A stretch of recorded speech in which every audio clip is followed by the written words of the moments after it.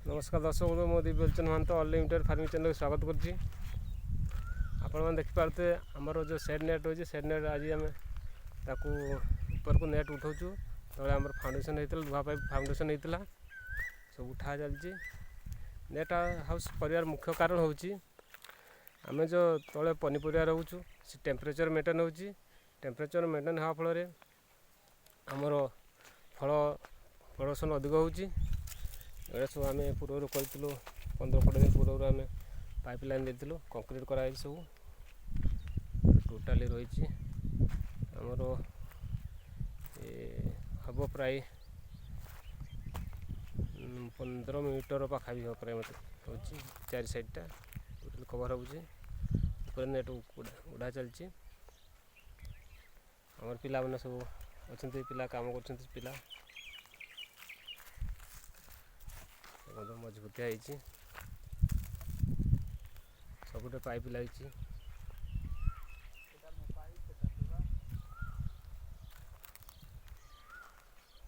यहीपरी जब आम करवा कौन चाष क्षेत्र जब आम सेड नेट करवा लुहा पाइप कि बाउंश दे आम करवा ताले आमर अधिक दिन मजबूत रही आम ये फल प्रोडक्शन अधिक अमल करवा जेकोसी फसल आम लगे पारे टमाटो हो कि कलरा हो काकुड़ी हो कोई लगे आम प्रोडक्शन अधिक बढ़ी पार।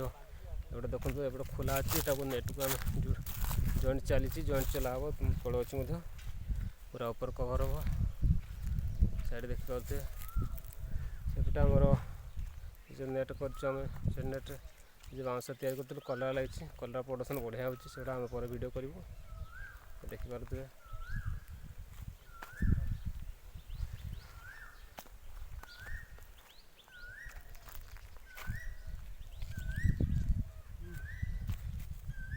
पाइप टाण नाप आम साइड में बाउंसर देचु पूरा टाणी रही